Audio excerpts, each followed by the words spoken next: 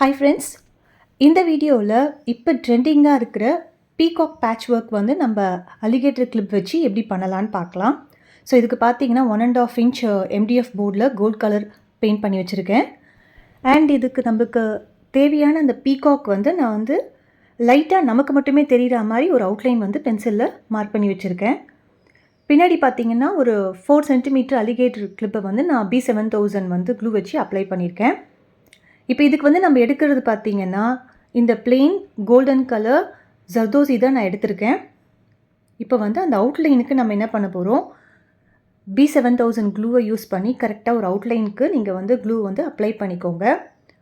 And உங்களோட golden ஜர்தோசியும் வந்து நீங்கள் வந்து எவ்வளோ தேவையோ கொஞ்சம் பார்த்து கட் பண்ணி எடுத்துக்கோங்க. எக்ஸ்ட்ரா தான் நம்ம கட் பண்ணிக்கலாம்.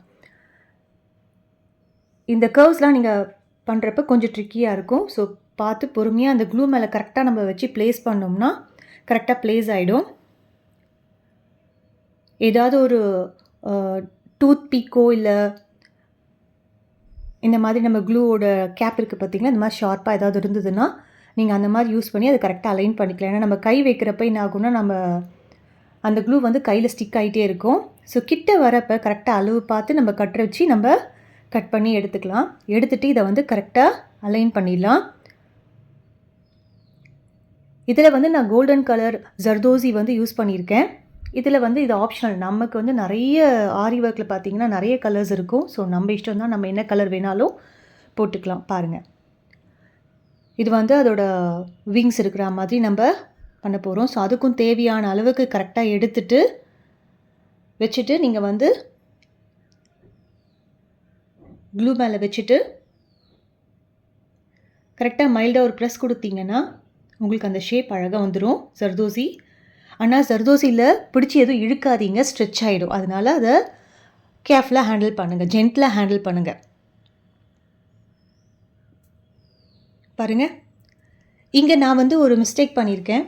என்னோடய அந்த ஃபேஸ் பார்த்திங்கன்னா பீக் வந்து இன்னும் கூட கொஞ்சம் தலை தூக்கினா மாதிரி இருந்திருந்தால் எனக்கு பீக் வந்து வெளியில் வரா மாதிரி இருக்கும். பாருங்கள், நான் இப்போ அந்த பீக் வந்து அந்த இடத்துல அட்ஜஸ்ட் பண்ணுறேன்.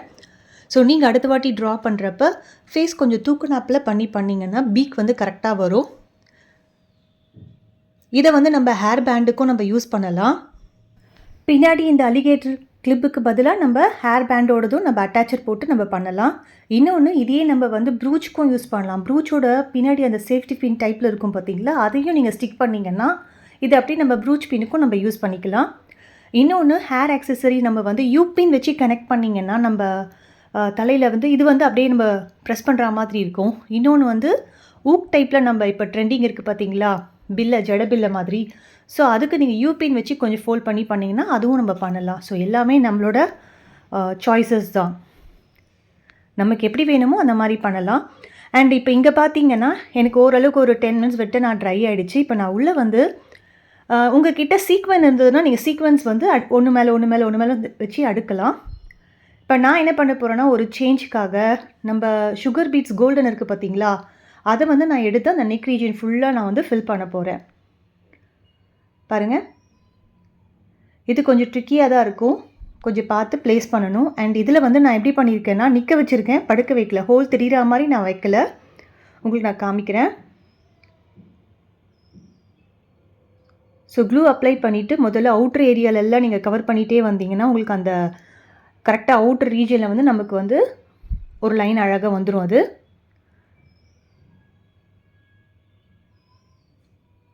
கொஞ்சம் கஷ்டமாக தான் இருக்கும். ஸோ பார்த்தீங்கன்னு வச்சுக்கோங்க, இப்போ எனக்கு வந்து அந்த நெக் ரீஜன் ஃபுல்லாக நான் பண்ணிட்டேன்.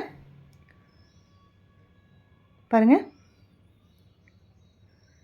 இது வந்து நான் வந்து ஃப்ளாட்டாக வந்து படுக்க வைக்கல, ஹோல் தெரிகிற மாதிரி வைக்கல. பாருங்கள், இங்கே அந்த மாதிரி வைக்கல, திருப்பி நிற்க வச்சுருக்கேன். அந்த மாதிரி வச்சாலும் நீங்கள் அது ஒரு டிசைனாக இருக்கும். ஸோ இப்போ என்னோடய கழுத்து போர்ஷன் வந்து ரெடி. இப்போ இங்கே இருக்கிற போர்ஷனுக்கு வந்து நான் என்ன பண்ண போகிறேன்னா, ஃபெதரில் வந்து இதுவும் நம்மளோட கலர்ஸ் தான், நீங்கள் என்ன கலர் வேணால் யூஸ் பண்ணலாம். ஸோ நான் இப்போ வந்து இதுக்கு வந்து 6K dark pink colour classy stones தான் எடுத்திருக்கேன். ஸோ இது வந்து 3D எஃபெக்டில் லேயர் மாதிரி வரும், நமக்கு ஃபெதர்ஸ் மாதிரி வரும். ஸோ எட்ஜிலேருந்து நீங்கள் வைங்க. முதல்ல கொஞ்சம் தூக்குனாப்பில் அதை வச்சுட்டு அதுக்கு மேலே கீழே ஸ்டோனுக்கு மேலேயும் கொஞ்சம் க்ளூ, கீழேயும் கொஞ்சம் க்ளூ நல்லா அப்ளை பண்ணிவிட்டு நம்ம இந்த மாதிரி கொஞ்சம் டில்ட் பண்ண மாதிரி வச்சுட்டு வந்தீங்கன்னா உங்களுக்கு அந்த 3D எஃபெக்டில் உங்களுக்கு வந்து ஃபெதர்ஸ் வந்து நமக்கு வரும். பாருங்கள்.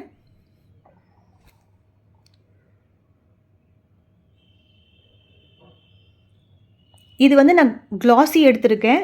இதில் நம்ம மேட்டோடதும் நம்ம யூஸ் பண்ணலாம். அந்த மாதிரியும் நம்ம யூஸ் பண்ணலாம். அது நம்ம இஷ்டம் தான். நம்ம கஸ்டமைஸ் பண்ணுறப்ப நமக்கு எப்படி வேணாலும் நம்ம கஸ்டமைஸ் பண்ணிக்கலாம். ஸோ பாருங்கள். அண்ட் இதுக்கு வந்து நான் வந்து என்ன மெட்டீரியல்ஸ் யூஸ் பண்ணேன் அப்படிங்கிறது நான் சொல்கிறேன். என்னோடய டிஸ்கிரிப்ஷன்லேயும் பார்த்தீங்கன்னா என்னோடய வீடியோஸில் எல்லாத்துலேயும் நான் வந்து டிஸ்கிரிப்ஷனில் நான் என்ன மெட்டீரியல்ஸ் யூஸ் பண்ணேங்கிறதும் கீழே நான் போட்டிருப்பேன். ஸோ வீடியோ வந்து ஃபுல்லாக ஸ்கிப் பண்ணாமல் பாருங்கள். நான் என்ன மிஸ்டேக்ஸ் பண்ணேன், என்ன மாதிரிலாம் பண்ணலான்னு எனக்கு தெரிஞ்ச ஐடியாஸை நான் கண்டிப்பாக ஷேர் பண்ணுவேன். அதை நீங்கள் மிஸ் பண்ணிடாதீங்க. ஸோ இப்போ பார்த்தீங்கன்னா என்னோடய பாடி பார்ட் ஃபுல்லாக முடிஞ்சுது. நம்ம தனியாக பண்ணணுன்னா, பேட்ச் ஒர்க் பண்ணணுன்னா நம்ம வந்து OHP ஷீட்டில் வந்து கீழே நமக்கு அந்த கீழே விங்ஸ் வந்து நமக்கு நல்லா கீழே வந்து அந்த ரெக்கை வர்றது வந்து நம்ம வச்சு பண்ணலாம். இப்போ இதுக்கு வந்து நான் என்ன பண்ண போகிறேன்னா, சுற்றி வந்து இது வந்து பார்த்திங்கன்னா செராமிக் கோல்டில் 8K ஐ ஷேப்பை நான் எடுத்திருக்கேன். உங்ககிட்ட ட்ராப் இருந்தாலும் நீங்கள் ட்ராப்பும் யூஸ் பண்ணலாம்.